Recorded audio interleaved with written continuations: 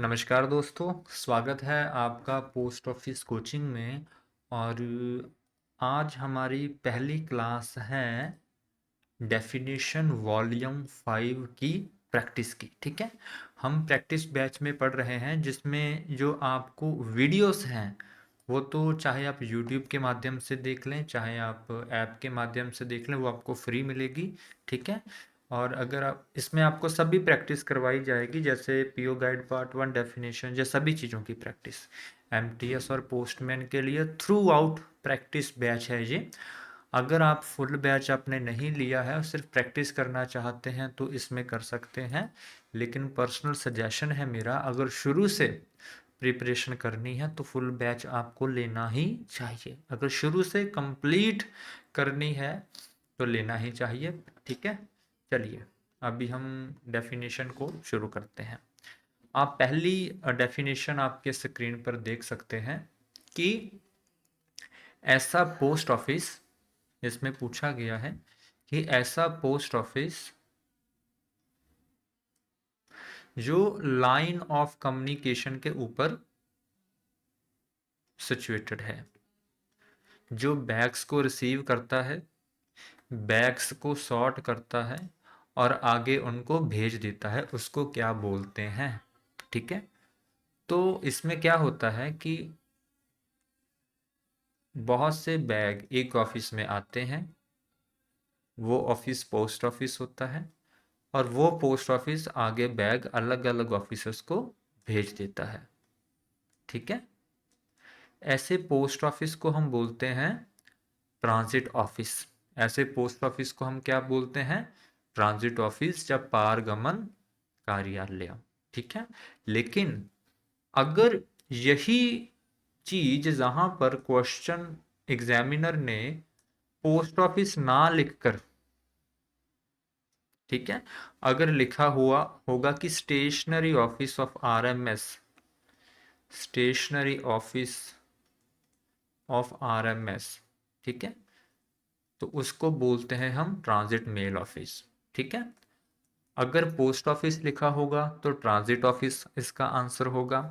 अगर stationery office of RMS होगा तो उसका ट्रांजिट मेल ऑफिस आंसर होगा, क्योंकि दोनों का काम सेम ही होता है। ठीक है, एक पोस्ट ऑफिस में होता है, दूसरा आरएमएस में होता है। ठीक है, ओके, चलिए नेक्स्ट, कि ऐसा सब ऑफिस, ओके, इसको भी मैं पहले समझा देता हूं कि जो बड़े शहर होते हैं, उदाहरण के लिए मान लेते हैं कि दिल्ली, दिल्ली में एक बड़ा हेड ऑफिस है जो कि दिल्ली के बिल्कुल सेंटर में है। ठीक है, लेकिन पब्लिक तो दिल्ली के आसपास के एरिया में भी बहुत रहती होगी, तो उनकी फैसिलिटी के लिए दिल्ली में अलग अलग सब ऑफिसर्स होंगे, अलग अलग ब्रांच ऑफिसर्स भी हो सकते हैं। ठीक है, तो ये जो ब्रांच ऑफिस या सब ऑफिस होते हैं इनको बोलते हैं टाउन सब ऑफिस या टाउन ब्रांच ऑफिस।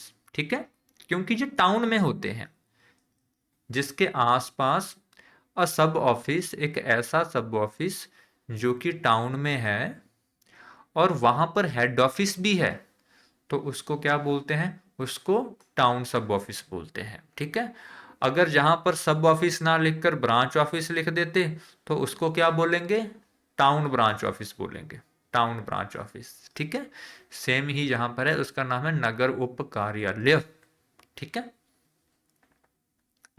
नेक्स्ट, कि जो पोस्टल सर्कल का हेडक्वार्टर होता है, पोस्टल सर्कल का जो हेडक्वार्टर होता है, यहाँ पर ऐसे लेटर्स के साथ डील किया जाता है जहाँ तो वह अनक्लेम है, मतलब कि उसको पाने वाला कोई भी व्यक्ति नहीं है, जहाँ उसको रिफ्यूज़ किया गया है, जहाँ उस पर जो पता लिखा है वह पढ़ा ही नहीं जा सकता, अनडेसिफिरे अनडिसाइफर है वो, जहाँ उस पर इनकम्प्लीट एड्रेस है, मतलब कि सिंपल सी लैंग्वेज में ऐसे आर्टिकल जिनको हम कहीं पर डिलीवर ही नहीं कर सकते, जहाँ एड्रेस ही ने लेने से मना कर दिया, आपने उसको वापस भेज दिया, जिसने भेजा था उसने भी लेने से मना कर दिया, तो ऐसे सभी लेटर्स को हम कहाँ भेजते हैं? हम भेजते हैं आरएलओ में, जिसको बोलते हैं रिटर्न लेटर ऑफिस, हिंदी में लौटाया गया पत्र कार्यालय, वैसे RLO ही हिंदी में भी बोलते हैं।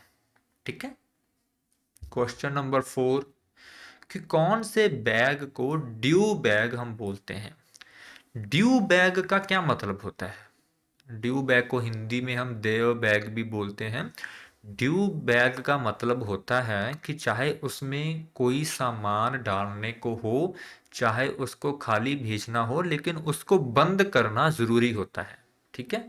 चाहे उसके अंदर कोई सामान हो चाहे ना हो। ठीक है। तो पार्सल बैग भी कंपलसरी नहीं होता, ड्यू नहीं होता। कैंप बैग तो तभी बनेगा जब कैंप होगा। सेम ही पैकेट बैग भी कंपलसरी नहीं होगा, क्योंकि पैकेट बैग को तभी बनाया जाता है जब पैकेट होगा। लेकिन मेल बैग ड्यू बैग होता है। ठीक है। थोड़ा सा मैं आपको बताता हूँ, जो हमारे नोट्स हैं ये वाले, इसमें अगर आप लास्ट में टेबल देखेंगे, जो पेड स्टूडेंट्स के नोट्स हैं, तो यहाँ पर आपको इस तरह से मिल जाएगी एक लिस्ट कि ड्यू मेल कौन सी होती है, अनयूजुअल मेल कौन सी होती है। इसमें देखिए मेल बैग लिखा है। ठीक है। तो कैटेगरी वाइज ही सब कुछ डिवाइडेड होगा। ठीक है, अगर आप पेड स्टूडेंट बैच के होते हैं तो। ठीक है। नेक्स्ट है कि जो डेफिनेशन है वह पोस्टल मैनुअल वॉल्यूम 5 के किस चैप्टर में बताई गई है। अगर आप सरकारी PDF देखें, जो है ये वाला भी नहीं है, ये वाला। ठीक है। इसके बिल्कुल हम टॉप पे चले जाते हैं, तो ये है पोस्टल मैनुअल वॉल्यूम 5, जिसके 4 चैप्टर हैं। ठीक है। पहला है डेफिनेशन, दूसरा है मिसलेनियस रूल्स, तीसरा है इन्वेस्टिगेशन, चौथा है transmission of mail under weightment system. तो पहले चैप्टर में ही डेफिनेशन दी हुई है, तो हमारा आंसर क्या होगा, चैप्टर नंबर 1 अध्याय 1। ठीक है। क्वेश्चन नंबर 6, माफी चाहता हूं, अच्छा मैं एक बात बताना आपको भूल गया कि हमारे एरिया में पूरे आधे डिस्ट्रिक्ट में, ज़िले में जो इंटरनेट सेवाएं हैं वो बंद हैं, कोई टेक्निकल फॉल्ट है, जिसकी वजह से आपको जब तक ये सर्विसेज बहाल नहीं हो जाती, आपको रिकॉर्डेड क्लासेस मिलेंगी। ठीक है। BSNL की बंद है, मैं गांव में रहता हूँ जहाँ पर सिर्फ BSNL की ही फैसिलिटी होती है, तो फिलहाल तब तक आपको रिकॉर्डेड मिलेगी और आप रिकॉर्डेड तब तक देख लेना। ठीक है। नेक्स्ट है कि जो डेफिनेशन नंबर 4 है, 4 नंबर डेफिनेशन है, उसमें किसके बारे में बताया हुआ है, किसकी डेफिनेशन उसमें है। तो जो नोट्स है उसके सबसे ऊपर टेबल ऑफ कंटेंट आपको दिया रहेगा, जिसको आपने याद रखना है। तो 4 नंबर में आप देखिए सुप्रीडेंट सर के बारे में बताया हुआ है, तो यही हमारा आंसर होगा। इसमें आपको कुछ ज़्यादा घुमाकर नहीं पूछा जाएगा अधीक्षक जी, सिंपल सिंपल चीज़ें ही होती हैं, लेकिन फिर भी वो रिवीजन से ही क्लियर होती हैं। ठीक है। 5वां है स्टेशन बंडल, कि स्टेशन बंडल को कब बनाया जाता है। ठीक है। जहां पर ऑप्शन दिया है जब आर्टिकल 5 से ज़्यादा हो, 10 से ज़्यादा हो, 12 से ज़्यादा हो। ठीक है। लेकिन ये तीनों ही ऑप्शन गलत है, क्योंकि स्टेशन बंडल तब बनाया जाता है जब आर्टिकल्स की गिनती 14 से ज़्यादा हो। अभी स्टेशन बंडल क्या होता है मैं आपको ये भी बताना चाहता हूँ। चलिए मान लीजिए कि मैं लुधियाना में रहता हूँ, लुधियाना पंजाब का एक शहर है। ठीक है। और मैं एक डाक RMS को भेजता हूँ, एक बैग में सीधा दिल्ली को भेजता हूँ।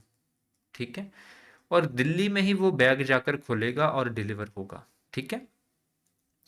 तो अगर मेरी डाक सीधा दिल्ली जाएगी, रास्ते में कहीं पर भी नहीं रुकेगी, तो वह होगा स्टेशन बैग या स्टेशन बंडल। अगर वो बंडल होगा तो स्टेशन बंडल। स्टेशन कहने का क्या मतलब है कि आपने जो बंडल बनाया है वो रास्ते में कोई खोलेगा नहीं, चाहे वो कहीं से भी होकर जाए। एक बार फिर से आपको और थोड़ा एक्सप्लेन करके बताता हूँ, क्योंकि स्टूडेंट को ये डाउट ही रहता है। लुधियाना से मैंने एक 10 आर्टिकल का बंडल बनाया, फिर वो RMS गया, RMS वालों ने उसको खोला नहीं। क्यों नहीं खोला? क्योंकि उस बंडल पर लिखा था कि ये दिल्ली के लिए बंडल है। RMS से दूसरे RMS गया, उसने भी नहीं खोला, क्योंकि उस पर लिखा था कि ये दिल्ली का बंडल है। वो सीधा जाके कहाँ खुला? दिल्ली में खुला। तो जो बंडल हमने बनाया वो क्या था? स्टेशन बंडल था। ठीक है, क्यों? क्योंकि वो सीधा उसी स्टेशन पे जाके खुला जहां का हमने बनाया हुआ था, रास्ते में नहीं खोला गया। ठीक है, इसको बोलते हैं स्टेशन बंडल। जिस स्टेशन के लिए बनाया है सीधा वहां जाकर खुलेगा। ओके, तो इसका जो आंसर है कि अगर 14 से आर्टिकल ज़्यादा हो गए 14 से, तब ही स्टेशन बंडल बनाया जाता है। सो वो इसमें नहीं है। ठीक है, नेक्स्ट कि सीआरसी जो आरएमएस डिवीजन में होता है, अच्छा ये तो गलत हो गया। अच्छा, सीआरसी किसके अंदर काम करता है ये पूछा गया है। सीआरसी की फुल फॉर्म क्या होती है? सीआरसी की फुल फॉर्म होती है कंप्यूटराइज्ड रजिस्ट्रेशन सेंटर, ये इसकी फुल फॉर्म होती है। अच्छा, इसका काम क्या होता है? जो पोस्ट ऑफिस में हम रजिस्टर्ड लेटर बुक करते हैं, ठीक है, रजिस्टर्ड लेटर बुक करके हम बैग को बंद करके कहाँ भेजते हैं? आरएमएस। आरएमएस में जो सेक्शन, जो ऑफिस, जो सेंटर इस रजिस्टर्ड लेटर के बैग को खोलता है ना, उसको हम सीआरसी बोलते हैं। उसको क्या बोलते हैं? सीआरसी। ठीक है, तो सीआरसी आरएमएस डिवीजन में काम करता है। यह रजिस्टर्ड पोस्ट के जो बैग होते हैं उनको खोलते हैं। ठीक है, क्वेश्चन नंबर 9 कि टीएमओ की फुल फॉर्म क्या होती है? टीएमओ की फुल फॉर्म होती है ट्रांजिट मेल ऑफिस, जो कि आरएमएस में काम करता है। ठीक है, अभी इसके बारे में भी मैं बता देता हूँ आपको, बताता चलता हूँ, प्रैक्टिस पे अच्छा तो भी आपको पता चलेगा। तो आरएमएस मान लीजिए जो ऑफिस आरएमएस है, इसके आगे मान लीजिए 3 कमरे हैं, 1 2 3। ठीक है, इसमें पार्सल का काम होता है, इस पे स्पीड का काम होता है, इसमें रजिस्ट्री का काम होता है। जो हमारी जो डाक वाली गाड़ी होती है वो पहले इस ऑफिस में आएगी, यहाँ पर वो गाड़ी लग जाएगी, जहाँ पर बैग्स को उतारा जाएगा, फिर इन 3 ऑफिस में उसको अलग अलग करके दे दिया जाएगा। तो जहाँ पर ये गाड़ी लगती है ना, इसको बोलते हैं हम टीएमओ, ट्रांजिट मेल ऑफिस। ठीक है, ट्रांजिट मेल ऑफिस का काम बंद बैग के साथ ही डील करना होता है। ठीक है, नेक्स्ट है डेफिनेशन नंबर 10। वी सेट की क्या फुल फॉर्म होती है? वी सेट की फुल फॉर्म होती है वेरी स्मॉल अपर्चर टर्मिनल। जब पहले नए नए कंप्यूटर्स हमारे पोस्ट ऑफिस में आए थे तो यह एक टेक्नोलॉजी थी जिसके द्वारा हम डेटा एक जगह से दूसरी जगह ट्रांसमिट करते थे। ठीक है, सॉरी, क्वेश्चन नंबर 11 कि ऑल ऑफिसर, किसी डिवीजन के ऑल ऑफिसर किसके अधीन होते हैं? ऑल ऑफिसर का क्या मतलब है? चाहे जीडीएस हो, चाहे एमटीएस हो, चाहे पोस्टमैन हो, चाहे मेल गार्ड हो, चाहे पीए हो, चाहे एसए हो, चाहे इंस्पेक्टर हो, चाहे एएसपी हो, ये सभी क्या हैं? जो सभी ऑफिसर हैं, ये किसके सबॉर्डिनेट होते हैं? सुप्रीडेंट के सबॉर्डिनेट होते हैं। ठीक है, प्रभाग के अध्यक्ष होते हैं। ठीक है, ओके, नेक्स्ट है कि which of the following term is not associated with the railway mail service. मतलब कि जो ऑप्शन दिए हैं इसमें 3 चीजें तो रेलवे मेल सर्विस से संबंधित है, चौथी चीज नहीं है। तो सब रिकॉर्ड ऑफिस आरएमएस में होते हैं, जैसे पोस्ट ऑफिस में हेड ऑफिस होते हैं, आरएमएस में, सॉरी, जैसे पोस्ट ऑफिस में सब ऑफिस होते हैं, आरएमएस में सब रिकॉर्ड ऑफिस होते हैं। दूसरा है सब सॉर्टिंग असिस्टेंट्स, जैसे पोस्ट ऑफिस में पोस्टल असिस्टेंट होते हैं तो आरएमएस में सब सॉर्टिंग असिस्टेंट होते हैं।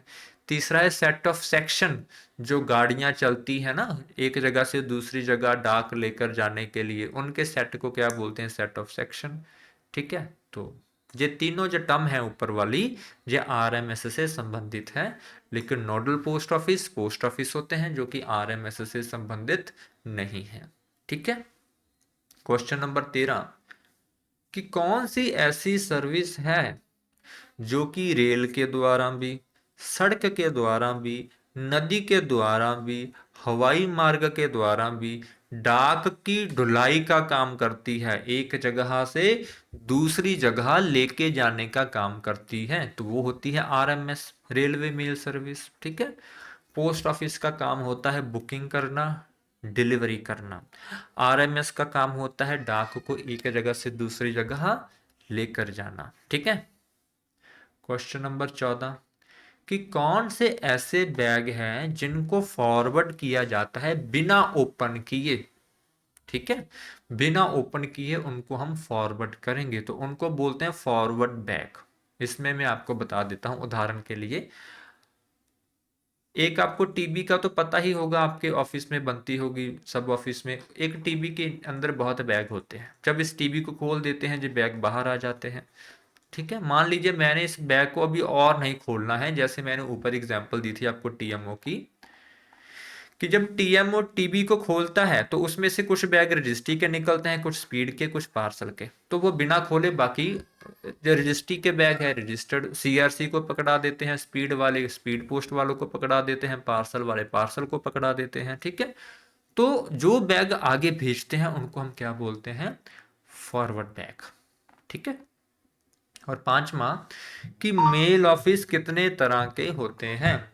तो मेल ऑफिस होते हैं दो तरह के, आरएमएस में होते हैं दो तरह के। कौन से होते हैं, एक होता है ट्रांजिट मेल ऑफिस जो मैंने आपको ऊपर समझाया, ठीक है, जिसमें गाड़ी आकर लगती है। दूसरा होता है सॉर्टिंग मेल ऑफिस, दूसरा होता है सॉर्टिंग मेल ऑफिस। ठीक है, तो दो तरह के मेल ऑफिसर्स होते हैं। ठीक है, आज की क्लास हमारी इतनी ही रहेगी। अगर इसका पीडीएफ डाउनलोड करना है तो ये वाला जो बैच है इसको आप बाय कर लो, 299 का है। इस साल के 2025 के जितनी भी प्रैक्टिस की क्लासेस होंगी सभी के पीडीएफ आपको इस बैच में मिल जाएंगे। चाहे जितने मर्जी क्रैश प्रैक्टिस होगी, थॉरली प्रैक्टिस होगी, 3-3 4-4 घंटों के एमसीक्यू लगाएंगे, जैसे भी होगा, जैसे भी एग्जाम पास में आएगा, सभी पीडीएफ आपको एक ही जगह मिलेंगे, तो इसको बाय कर सकते हैं। लेकिन अगर शुरू से प्रिपरेशन करनी है दोस्त, कोई कोर्स बेचने का मुझे लालच नहीं है, मुझे लालच है आपकी सिलेक्शन का।